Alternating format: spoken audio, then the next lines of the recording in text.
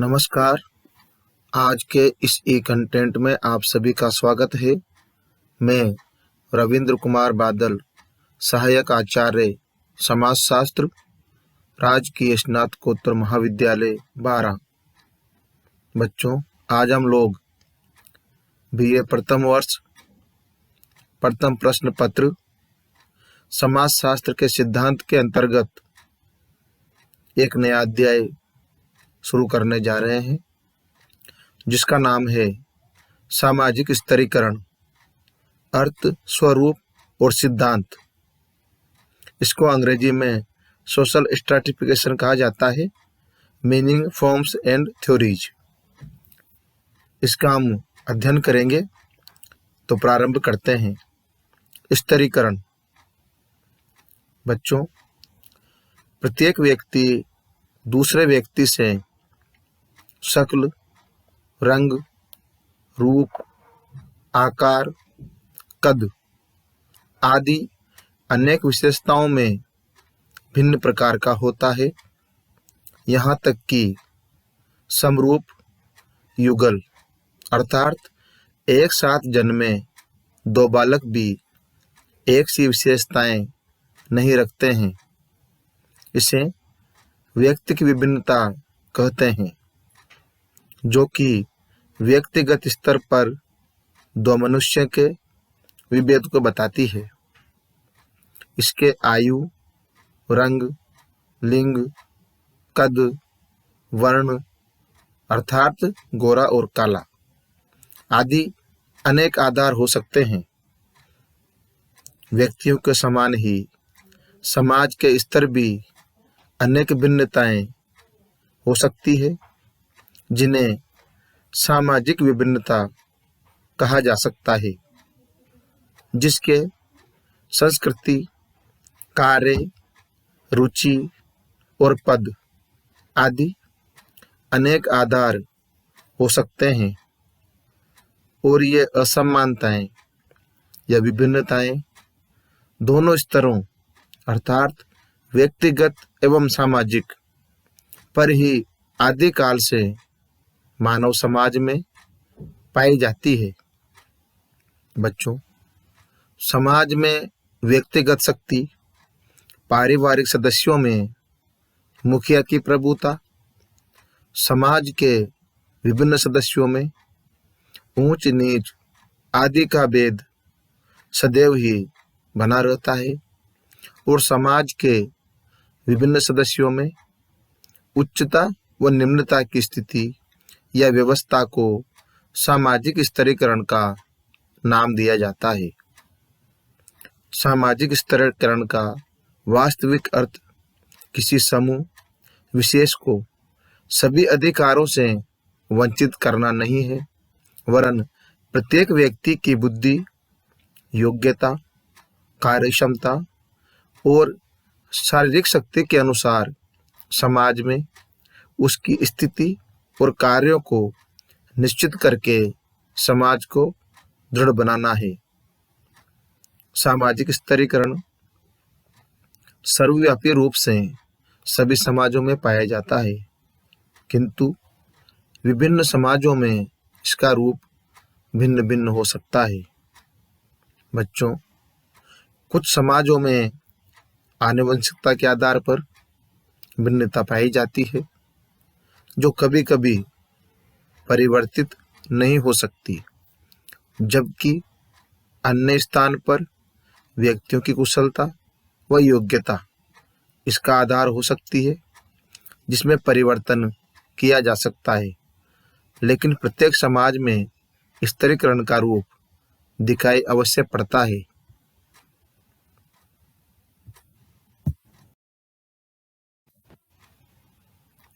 इसके बाद अब हम सामाजिक स्तरीकरण का अर्थ एवं परिभाषा के बारे में अध्ययन करेंगे।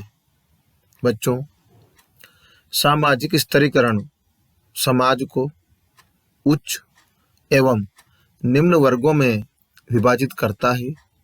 अतः यह स्तरीकरण विभेदीकरण का परिणाम है।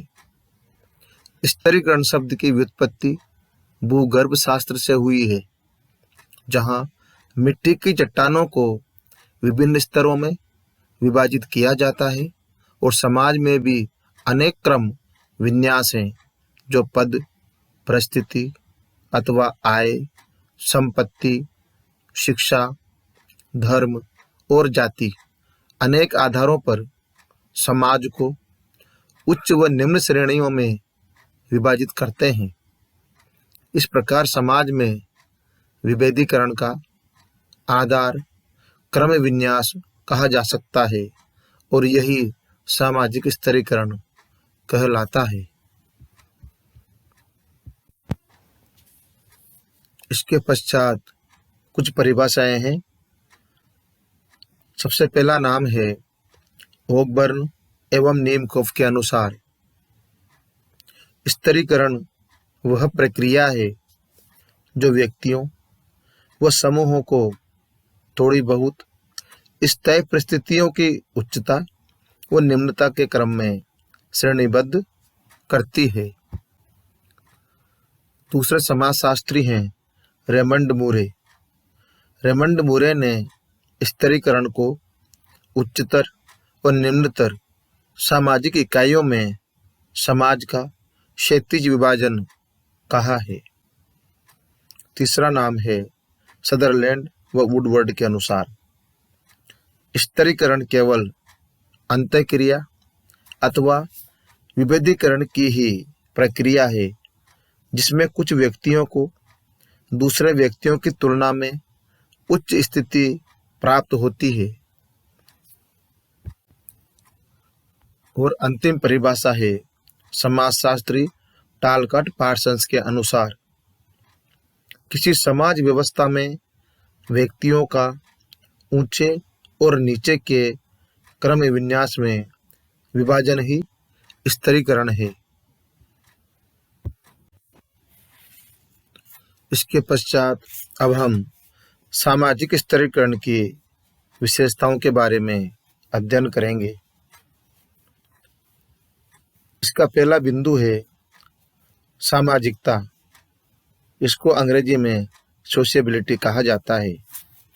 बच्चों, सामाजिक स्तरीकरण संपूर्ण समाज के स्तर पर होता है और एक व्यक्ति सामाजिक स्तरीकरण के तुलनात्मक महत्व को स्पष्ट करने के लिए सक्षम नहीं होता, बल्कि जब अनेक व्यक्ति सामाजिक मूल्यों व सामाजिक प्रतिमानों को स्वीकार करते हैं तब सामाजिक स्तरीकरण होता है। ट्यूमिन महोदय के अनुसार आयु, रंग एवं यौन भेद के आधार पर ही सामाजिक स्तरीकरण नहीं समझा जा सकता, बल्कि समाज में व्यक्तियों द्वारा अर्जित विभिन्न पद एवं परिस्थितियों के आधार पर ही इसे समझा जा सकता है। अर्थात व्यक्तिगत भिन्नताओं को सामाजिक प्रतिमानों से परिभाषित करना ही इसकी सामाजिक प्रकृति को स्पष्ट करता है। इस प्रकार बच्चों, सामाजिक स्तरीकरण के माध्यम से व्यक्ति सामाजिक मानदंडों को सीखता है, जैसे जाति प्रथा के द्वारा प्रत्येक जाति का सदस्य समाजीकरण के द्वारा अपेक्षित व्यवहार प्रतिमानों को स्वीकारता है।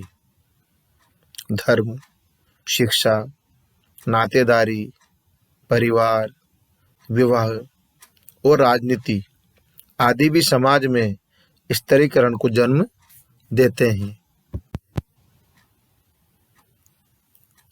दूसरी विशेषता है प्राचीनता। बच्चों, इसके अंतर्गत सामाजिक स्तरीकरण हर काल में रहा है।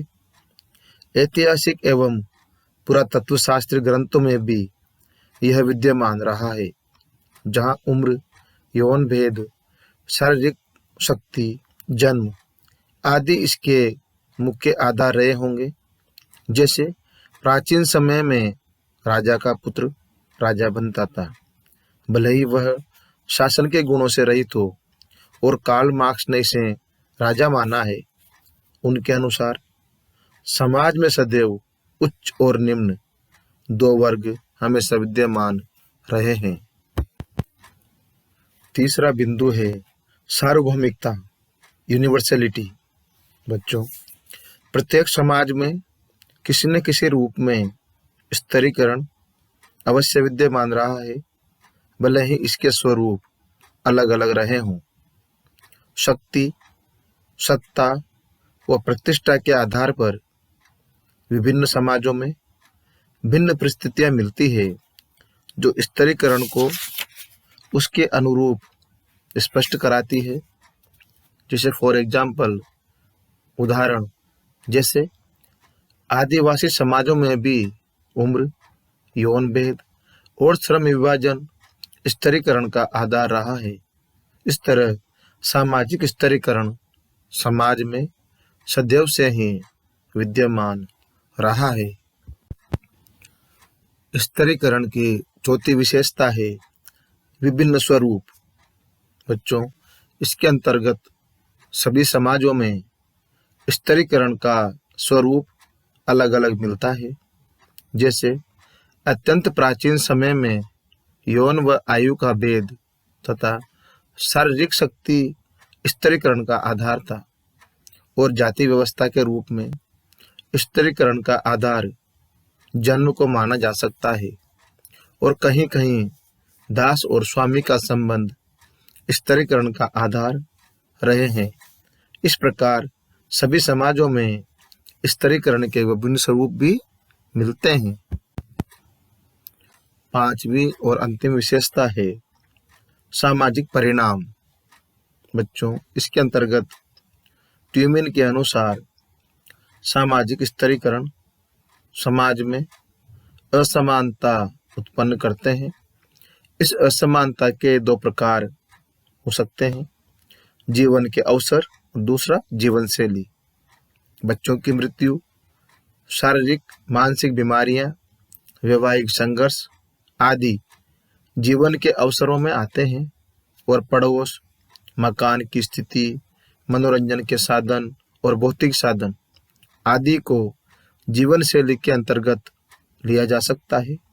इस प्रकार अलग अलग स्तरों में जीवन के अवसर व जीवन शैली में भिन्नता पाई जाती है।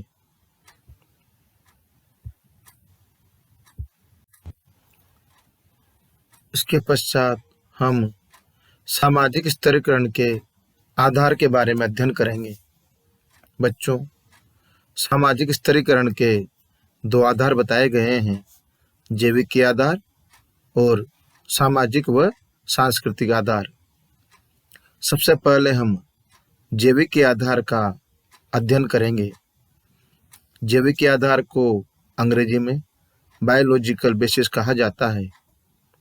बच्चों, जैविक आधारों पर व्यक्ति की उच्चता व निम्नता का निर्धारण आयु, लिंग, प्रजाति, जन्म और बौद्धिक स्तर के अनुसार किया जा सकता है। सबसे पहले बिंदु हम लेंगे लिंग के आधार पर। बच्चों, लिंग के आधार पर समाज का स्तरीकरण किया जाता है। जैसे पुरुष की स्थिति महिला की स्थिति से उच्च मानी जाती है, और आज भी महिलाओं को समाज में पुरुष के समान नहीं माना जाता, जबकि संविधान में समान अधिकार वर्णित है। जैविक आधार का दूसरा बिंदु है आयु। आयु के अनुसार परिवार में कार्यों को विभाजित किया जाता है। जैसे बड़ी आयु के लोगों को महत्वपूर्ण पद प्रदान किए जाते हैं, छोटे बालकों को कोई भी महत्वपूर्ण पद प्रदान नहीं किया जाता है, और भारत में पंचायत के मुखिया का पद वृद्ध अनुभवी व्यक्ति को ही दिया जाता है। तीसरा बिंदु है प्रजाति। बच्चों, प्रजाति के आधार पर भी स्तरीकरण होता है।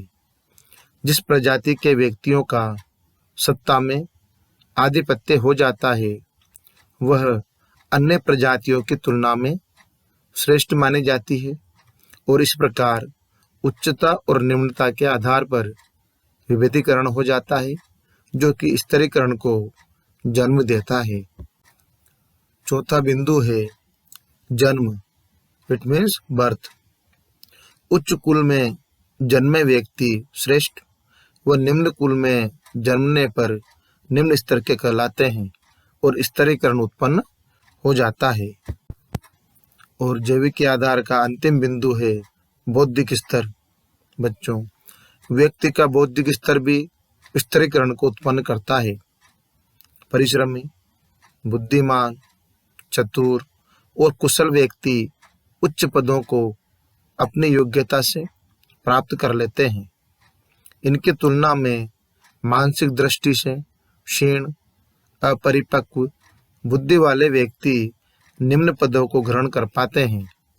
फलस्वरूप दो स्तर समाज में बन जाते हैं, जो कि स्तरीकरण को बढ़ावा देते हैं।